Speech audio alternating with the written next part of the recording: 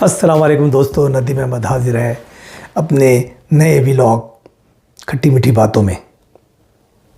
तो दोस्तों, अब से कुछ एक आध घंटे बाद पोलिंग शुरू होने वाली है और आखिरकार वो दिन आ ही गया, यानी कि 8 फरवरी, जिसका तमाम कौम को इंतज़ार था। अब बातें वहीं से शुरू होती हैं कि नताइज क्या आएंगे। नताइज के बारे में आप लोग टीवी भी देख रहे हैं, आप सोशल मीडिया भी देख रहे हैं, प्रिंट मीडिया भी देख रहे हैं, तो बड़ी दिलचस्प बातें हैं और बड़ी मुतज़ाद राय हैं लोगों की। अब इस वक्त जो है 2 किस्म की बातें चल रही हैं, यानी मुत्तफ़क़ा तौर पे 2 किस्म के नताइज के बारे में बातचीत हो रही है। मेजॉरिटी जो थिंकर हैं या मुबस्सिरीन हैं सियासी या टीवी एंकर्स हैं, उन सब का यही ख्याल है कि भाई 2 चीज़ों पे दारोमदार है। एक वो नताइज जो कि मुक़्तदरा हलकों ने पहले से डिसाइड किए हुए, और दूसरे वो नताइज अगर बिल्कुल ही खुली छूट दे दी गई, प्लेइंग फील्ड रखी गई, पोलिंग के दौरान पोलिंग को स्लो नहीं किया गया, उन इलाक़ों में जहाँ पे मुखालफिन से मुराद वो पार्टियाँ जिनको मुक़्तदरा सपोर्ट कर रही है, उनके मुखालफिन का वोटर ज़्यादा है, तो वहाँ हवाई फायरिंग वगैरह करके हरेसमेंट नहीं फैलाई गई। और सबसे बड़ी बात यह है कि जो आरओस रिटर्निंग ऑफिसर्स जो उन लोगों की मर्ज़ी से, उन कैंडिडेट की मर्ज़ी से लगाए गए हैं जिन पर मुक़्तदरा हलकों का हाथ है, तो और उन लोगों ने इम्पार्शियल रोल प्ले किया, इसके बावजूद कि उनकी ड्यूटी वहाँ लगाई गई है, उन्होंने कोई बहुत बड़ी जगलरी नहीं की, और उसकी वजह से क्योंकि फ़ज़ा बिल्कुल नॉर्मल रही, खौफ व हरास नहीं हुआ, और लोगों को मौका दिया गया कि तमाम आवाम को यकसा तौर पे वोट डालने का हक़ है, और नौजवान वोटर जौक दर जौक निकल आया। और वोटिंग का जो परसेंटेज है, जो पाकिस्तान में अमूमन 50% रहती है, 1970 के इंतखाबात में वो तकरीबन 58 पे आ गई थी, 57.96, तकरीबन 58% थी। ये हाईएस्ट आज तक पाकिस्तान में एवरेज, पूरे पाकिस्तान की बात कर रहा हूँ, 4 सूबों की बात कर रहा हूँ, 266 सीटों की बात कर रहा हूँ, तो वो जो है इसको कभी भी दोबारा क्रॉस नहीं हुआ या उस तक नहीं पहुँची। 2018 में भी बहुत वोटिंग हुई, लेकिन वो भी 51.55 के करीब थी। तो अगर 58, 59 और 60% तक वोट पड़ गया, यानी पढ़ने दिया गया, तो नताइज मुख्तलिफ होंगे। अब इनको उन्होंने 2 हिस्सों में तकसीम किया है, और ज़ाहिर है कि इसलिए अब जो प्रेडिक्शंस आ रही हैं वो ज़रा थोड़ी सी डिफरेंट हो रही हैं कि अगर फेयर एंड फ्री बड़े जो भी कंडीशंस हैं कि उनको मुखालफिन को बाज़ को अपना कैंडिडेट को सिंबल नहीं मिला पार्टी का, या उनको फ्री हैंड नहीं है जलसे जुलूस रैलियाँ करने का, कैंपेन चलाने का, इसके बावजूद भी अगर पोलिंग के दिन फेयर एंड फ्री कर दिया जाए, उनको आज़ादी दे दी जाए, इंटरनेट को बंद ना किया जाए, हरेसमेंट पैदा करके वोटर को डराया धमकाया ना जाए, और आरोज़ अपना कोई जगलरी वाला जो है अंदर कोई जगलरी ना दिखाएं, कहते हैं चमत्कार ना दिखाएं, तो फिर नताइज मुख्तलिफ होंगे क्योंकि वोटर निकल आए। तो अब 2 टाइप की बातें हो गई। ये कि वो जब वोटर कम आए, यानी 50%, 51%, 52%, तो फिर सीटें नवाज़ लीग की बढ़ जाएंगी और उनके मुखालफिन की घट जाएंगी। तो नवाज़ लीग को उस सूरत में अराउंड 90 to 100 के करीब सीट मिल जाती हैं, यानी 100 समझ लें एक फिगर है। इसी तरीके से दूसरी पार्टियों को, पीपल्स पार्टी को तकरीबन 50 से 55 सीटें मिल जाती हैं, 55 कहना चाहिए। और अगर MQM को तकरीबन 12 से 14 सीटें, और उसके बाद PTI को तकरीबन जो है 65 to 70 सीट्स मिलेंगी।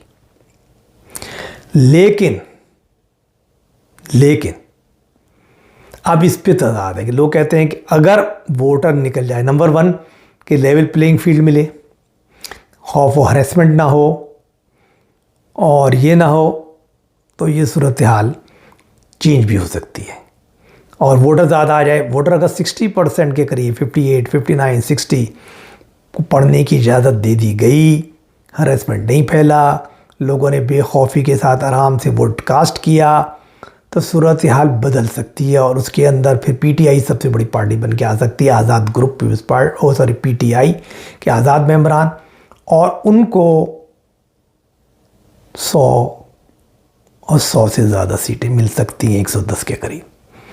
तो यानी कि पीपल्स पार्टी को भी 5-6 सीटें बढ़ेंगी, उनको ज़्यादा फ़र्क नहीं पड़ेगा, उनकी 55 से 60, 62 हो सकती हैं। लेकिन नवाज लीग की कम हो जाएंगी और उनकी सीटें चली जाएंगी 60-65 पे। यानी अब बात क्या हुई, बात हो रहा है दो में मुकाबला।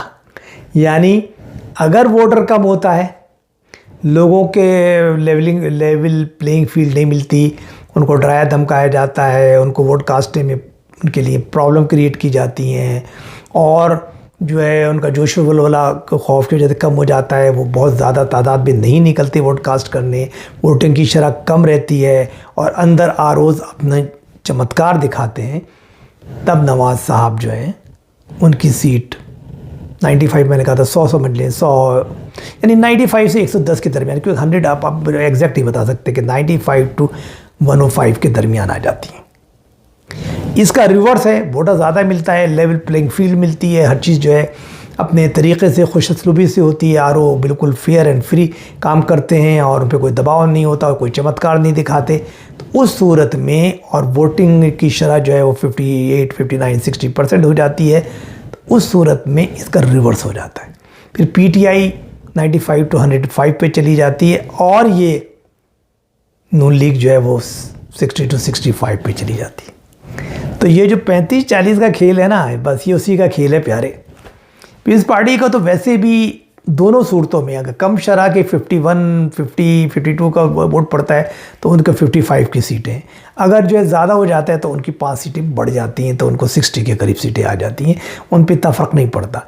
इस तरह मुत्तहदा कौमी मूवमेंट को फ़र्क पड़ सकता है इसकी वजह से, क्योंकि अगर बिल्कुल वो वोटर ज़्यादा पड़ता है, परसेंटेज बढ़ जाती है, फिर फ्री होता है, खौफ नहीं फैलाया जाता, तो फिर लंदन MQM जो है ना, उनका जो वफा परस्त ग्रुप, वो भी चंक उठा लेगा, तो वो बीच में से काफ़ी सीटें उठा सकता है, और फिर MQM की पाकिस्तान की सीटें घट जाती हैं।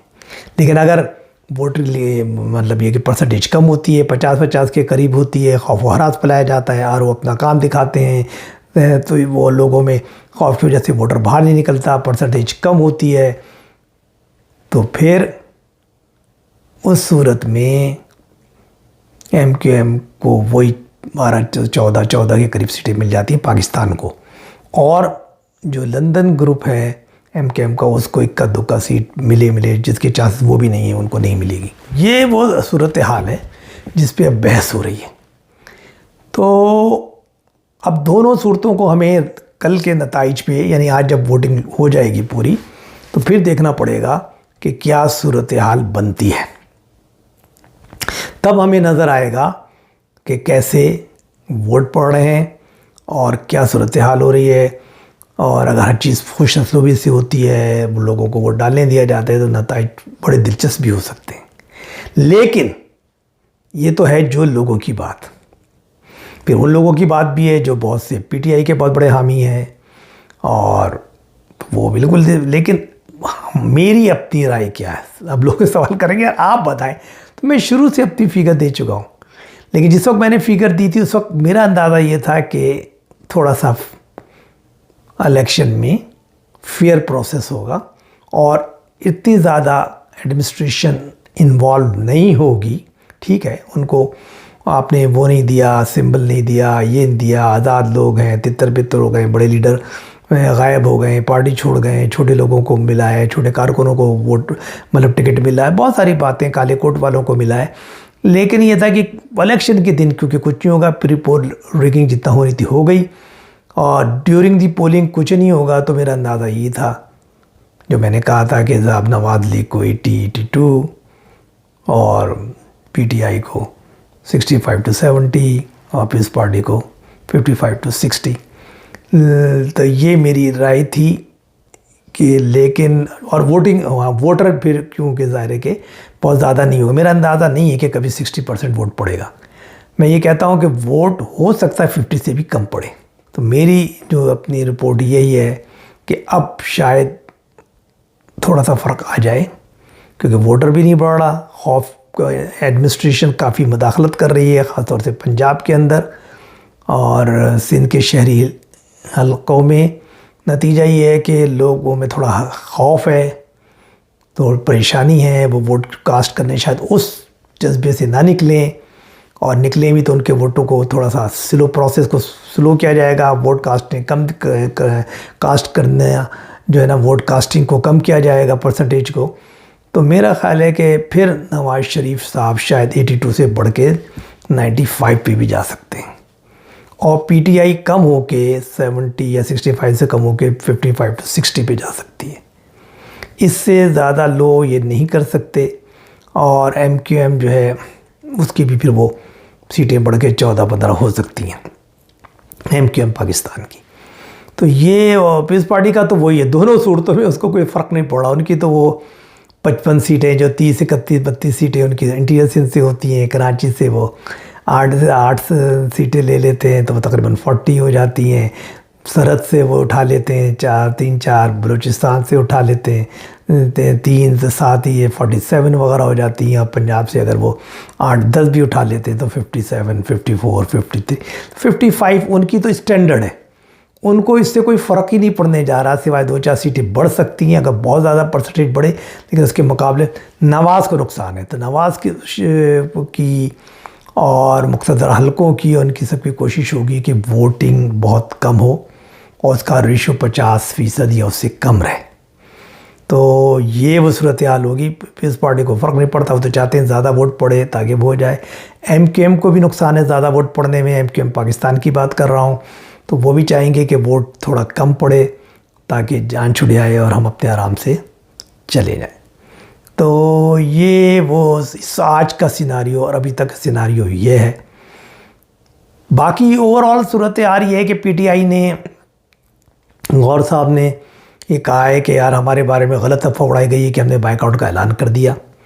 बड़ी शद्दुमत से ये अफवाह उड़ाई जा रही है, पूरे सोशल मीडिया पे गश्त कर रही है। तो ऐसी बात नहीं है, ये अफवाह है, ये गलत है। हम लोग मैदान में खड़े हैं, प्लीज़ आप लोग बाहर निकलें और हमें वोट दें। तो इस वक्त सोशल मीडिया पे बहुत ज़्यादा फेक न्यूज़ चलेंगी, इसलिए मेरा ख़्याल है कि लोगों को चाहिए अपनी अपनी पार्टी के जो असल वेबसाइट्स हैं उनसे अटैच रहें और जो असल लोग हैं उनके जिनसे वो वाकिफ़, उनसे टच में रहें। हाँ, अब हम आफाक अहमद साहब की बात कर लेते हैं। आफाक अहमद साहब और उनका ग्रुप अब दोबारा बयानबाजी कर रहा है, ये कह रहा है कि नहीं वो हमने बड़ा बयान तो नहीं दिया, लेकिन हम खड़े हैं और हमारी बात हो रही है लंदन वालों के साथ, हमारी शायद कुछ बातचीत बन जाए, ये करे, हम कुछ ना कुछ करेंगे। लेकिन मेरा ख्याल है वो फेस सेविंग वाली बात है। बहुत सारी बातें करना, कहना, वो फेस सेविंग है। फिर बाद लोगों का ख्याल है कि साहब लंदन का जो एमक्यूएम का धड़ा है या ग्रुप है उसने काफ़ी ऐसा रिस्क ले लिया है जो उनके नुकसानदेह भी हो सकता है, क्योंकि उन्होंने इलेक्शन लड़ लिया। अगर उनको बहुत ज़्यादा, क्योंकि आज़ादी भी नहीं है, उनकी कोई बहुत ज़्यादा तैयारी भी नहीं है, उनके कैंडिडेट पहुंच भी नहीं पा रहे, उनके अलग अलग सिंबल्स हैं, तो इन केस अगर वोट बहुत कम उनके हक़ में पड़ता है तो वो भी उनके लिए एक बेइज्जती टाइप की चीज़ हो जाएगी, या उनके वोट मतलब जो है काटने से भी MQM पाकिस्तान को कोई नुकसान नहीं होता और उनकी वही 14-15 सीटें उनको मिल जाती हैं, तो उससे सियासी तौर पे उनको बहुत बड़ा नुकसान होगा। लेकिन यार ये बातें सब बेकार हैं। सियासत में देखिए, सियासत जो है वो लम्हा ब लम्हा फैसला करने का आर्ट है। आपको हालात और सिचुएशन के लिहाज से डिसीजंस लेने पड़ते हैं और ज़रूरी नहीं कि जो नज़र आ रहा है कि वही हो। कभी कभी आप डिसीजंस लेते हैं और कुछ उसको वक्ती तौर पे नुकसान नज़र आता है, लेकिन बाद में उसका बहुत फ़वाइद आपको नज़र आते हैं। मेरी तो राय ये है कि किसी भी पार्टी को चाहे कितने भी मुश्किल हालात हों, बाइकआउट नहीं करना चाहिए। हमने बाइकआउट के बहुत नुकसान देखे हैं। MQM की बाइकआउट, अभी देखो बल्दिया में बाइकआउट किया, कितने बड़े नुकसान में चले गए। इसी तरीके से एक दफ़ा पीस पार्टी ने किया था और उसकी पार्टी उनकी बिल्कुल ख़त्म बर्बाद हो गई थी। इस तरह मैंने देखा है कि जिन लोगों ने भी बाइकआउट किया, इस दफ़ा पहले भी MQM एक दफ़ा बाइकआउट कर चुकी है, बहुत पुरानी बात है। तो ये चीज़ें जो है ना उस पार्टी के लिए, क्योंकि होता है कि उसका हर आदमी पार्टिसिपेट करना चाहता है, हिस्सा बनना चाहता है। उसको भी रोज़ाना TV रेडियो पे मनाजरा, तकरीरें, जलसे जुलूस, अपने दोस्त अहबाब को, तो वो भी दिल में बैठा रहता है, यार मेरी पार्टी में बाइकआउट में क्या करूँ। तो फिर वो किसी और के साथ लग जाता है, क्योंकि उसको कुछ शोल मेला चाहिए, कुछ हल्लड़ गुल्लड़ चाहिए, कुछ जो बेचारा अपने बैठा है तनाई में और परेशानी में, तो उससे निकलना चाहता है, कुछ रंगीनियों में, इलेक्शन की गहमा गहमियों में पार्टिसिपेट करना चाहता है। तो फिर ये होता है कि दूसरी पार्टियाँ उनको ले लेती हैं, चलो यार हमारे साथ काम करो, हमारे साथ काम करो, हमारे ये करो वो करो। तो इसलिए आपको हिस्सा लेना चाहिए। उससे ये कि आपका वोट बैंक इंटैक्ट रहता है। हमारे साथ फ्रॉड हुआ, हमारे साथ जबर किया गया, हमें अपनी राय दही का सही तरीके से या आज़ादाना तौर पे हमारे जो है ना उसको हक़ नहीं दिया गया, तो नतीजा ये है कि वो फिर उनके हारने से उनको फ़र्क नहीं पड़ता, वो फिर भी पार्टी की इज़्ज़त करते हैं और पार्टी के साथ चिपटे रहते हैं। लेकिन जब आप बाइकआउट कर देते हैं या पार्टिसिपेट ही नहीं करते या कैंडिडेट ही नहीं खड़ी करते, तो आपको बहुत लॉस होता है। और ये लॉस पाकिस्तान पीपल्स पार्टी ने पंजाब में किया है। साहब ने 2 दफ़ा कैंडिडेट ही नहीं खड़े किए तो इक्का दुक्का किए, कोई हिस्सा नहीं लिया, तो कोई वहाँ पे मुहिम नहीं चलाई, कोई तकारा नहीं की, कोई कुछ नहीं किया। नतीजे कि वो जो बददिल हो गया वोटर, आपका हमदर्द, आपका जो भी था सपोर्टर, और वो मुख्तलिफ, कोई PTI में चला गया, कोई नून लीग में चला गया, कोई इधर चला गया, क्योंकि ज़ाहिर है कि अब जब आप चले जाते हैं दूसरी जगह, वहाँ आपकी दोस्तियाँ बन जाती हैं, आपका ये हो जाता है, आपकी एफिलेशन हो जाती है, तो फिर आपको वापस आना मुश्किल होता है। अब बिलावल साहब को बहुत बड़ी जद्दोजहद करनी पड़ रही है कि मैं अपने कारकुनों को दोबारा ले आऊँ, उनको पार्टी को दोबारा मुनज़्ज़म करूँ। वो पार्टी जो गली गली कूचों के अंदर पंजाब के हर जगह एक मुनज़्ज़म थी, उसके यूनिट थे, उसके तमाम सेक्टर्स थे, लेकिन अब वो चीज़ें ख़त्म हो चुकी थी। उनको दोबारा रिवाइवल करना इतना आसान नहीं है। तो ये बहुत बड़ी सियासी गलती होती है। हालात कैसे ही हों, मुश्किल तरीन हो, आप मुकाबला करें। आपको पता है कि हमें जीतने नहीं दिया जाएगा, आपको पता है कि 100 सीटों को 50 में कन्वर्ट कर दिया जाएगा, 50 को 25 में कर दिया जाएगा, 25 को 0 में कर दिया जाएगा। Don't worry, go ahead. क्यों? ताकि आपको अपने वोटर को ज़िंदा रखना है, सपोर्ट को ज़िंदा रखना है, और वो वोटर और सपोर्टर जो है ना, वो आपका असासा है, जो आज नहीं तो कल, क्योंकि इलेक्शन तो ज़ाहिर हर 5 साल बाद होने ही है ना, 3 साल बाद भी होने, 4 साल बाद होने, 5 साल बाद होने, फिर कभी बल्दियात के होने, कभी प्रोविंशियल के होने, कभी ज़िमनी इंतखाबात होने। तो ये चलता रहता है। पार्टी को इंटैक्ट होना चाहिए, वोटर को अपने जो है और सपोर्टर को ख़ास तौर से, कारकुन को ख़ास तौर से कभी मायूस ना करें। तो ये अच्छी बात है कि इमरान साहब ने और उनकी पार्टी ने जो है हिस्सा लेने का फ़ैसला किया है। इसी तरीके से MQM लंदन ने जो फ़ैसला किया है, मैं दोनों को सलाम करता हूँ कि बहुत अच्छा किया। हालात कुछ भी हों, ठीक है।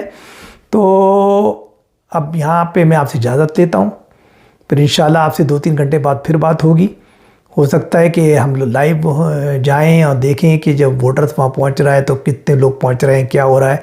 कुछ आप लोगों से भी बात करेंगे कि आप लोग वोट डालने गए या नहीं गए, और फिर उसके बाद काफ़ी हद तक हमें अंदाज़ा भी हो जाएगा 2-4 घंटे में कि सुबह के अर्ली मॉर्निंग में क्या हो रहा है, दोपहर तक कितने लोग बाहर निकले हैं। और फिर तो मोस्टली लोग तो शाम को ही निकलते हैं, क्योंकि सर्दी भी बहुत है। बाद इलाकों में तो 12-1 बजे के बाद ही निकलेंगे, लेकिन जहाँ बरादरी होती हैं, ये होती हैं, तो भर के लोग सुबह से लाके खड़ा कर देते हैं।